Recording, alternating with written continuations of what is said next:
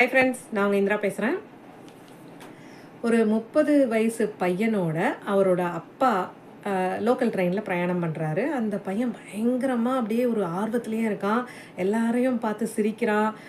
ஜன்னல் வழியாக அவன் பார்க்குற ஒரு ஒரு விஷயத்தையும் அவங்க அப்பா கிட்ட சத்தமாக சொல்கிறான். அப்பா அங்கே பாருங்கள் எவ்வளோ அழகாக பூ பூத்துருக்கு, இங்கே பாருங்கப்பா குதிரை ஓடுது, மழை பெய்யுதுப்பா, இவ்வளோ அழகாக இருக்குது. ஒரு ஒரு விஷயமா சொல்லிகிட்டு இருக்கான். கூட உட்காந்துட்டு வரவங்களுக்குலாம் ரொம்ப ஒரு மாதிரி எரிச்சலாகுது. இதெல்லாம் நார்மலாக நடக்கிறது. இதை பார்த்து ஏன் இவன் அப்படி சொல்கிறான்?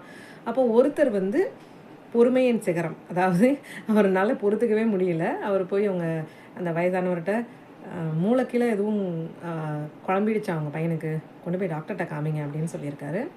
உடனே அவர் சிரிச்சுக்கிட்டே, இல்லைங்க, சாரி, மன்னிச்சுக்கோங்க, ஹாஸ்பிட்டலில் இருந்தால் நாங்கள் வர்றோம். அவன் பிறந்ததுலேருந்தே அவனுக்கு கண்ணு தெரியாது.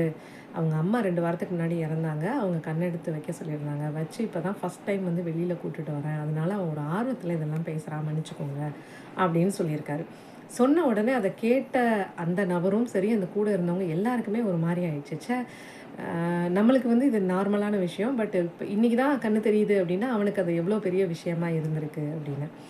அப்போ தான் அவங்களுக்கு புரிஞ்சிருக்கு, நம்மளுக்கு கண்ணு தெரிகிறதுனால இவ்வளோ விஷயங்கள், அற்புதமான விஷயங்கள் எல்லாத்தையும் நாம் ஒரு பெரிய முக்கியமாக இல்லாமல் நார்மலாக நடக்கிறது தானேன்னு ஃபோனை நோண்டுறது, வேறு எதையோ பண்ணிக்கிட்டு இருக்குது, பாட்டு கேட்குறது, ஏதோ பண்ணிகிட்டு இருக்காங்க.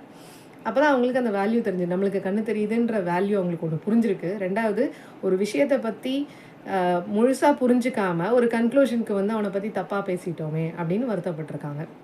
ஸோ இந்த பதிவை ஏன் இங்கே நம்ம சொல்கிறோம் அப்படின்னா, நாமளும் நம்ம வாழ்க்கையில் சில பேரை பற்றி முழுசாக புரிஞ்சிக்காமல் அவங்க செய்கிற செய்கைகள், அதோட பேக்ரவுண்ட் என்ன, அவங்க எந்த சிச்சுவேஷனில் இருக்காங்க, அதனால் இந்த மாதிரி செய்கிறாங்கன்றதை புரிஞ்சிக்காமையே அவங்கள பற்றி கமெண்ட் பண்ணுறதோ, இல்லை அவங்க இப்படி தான் அப்படின்னு ஒரு முடிவுக்கு வர்றதோ நிறைய இடத்துல செய்வோம். இது அவங்களையும் பாதிக்கும், நம்மளையும் பாதிக்கும். ரிலேஷன்ஷிப்பை நிறையா லூஸ் பண்ணுறதுக்கும் இது கொண்டு போகும். ஸோ நாம் இந்த மாதிரி சிச்சுவேஷன் வந்தால் எதிர்த்தாப்பில் இருக்கிறவங்களோட சிச்சுவேஷனை புரிஞ்சிக்க ட்ரை பண்ணணும் அப்படின்றது தான். அண்ட் அதே மாதிரி நம்மக்கிட்ட என்ன நல்ல விஷயம் இருக்குன்றத அப்ரிஷியேட் பண்ணணும். நம்மளுக்கு கண், கை, கால் என்னென்ன இருக்குதோ ஆண்டவன் கொடுத்துருக்கேன், அதுக்கு நன்றி சொல்லணும். அதோட வேல்யூ என்னன்னு புரிஞ்சுக்கிட்டு நடந்துக்கணும். ஏன்னா அது இல்லாதவங்களுக்கு தான் அதோட வலியும் வேதனையும் புரியும். அதை பார்த்துட்டு நீங்கள் அதை நன்றி உணர்வோடு இருக்க இன்னும் உங்களுக்கு அதிகமாக நல்ல விஷயங்கள் சேரும் ஈர்ப்பு விதியின் படி. ஸோ அக்செப்டன்ஸ் அண்ட் நன்றி உணர்வு நம்மளுக்கு ரொம்பவே வேணும். தேங்க்யூ.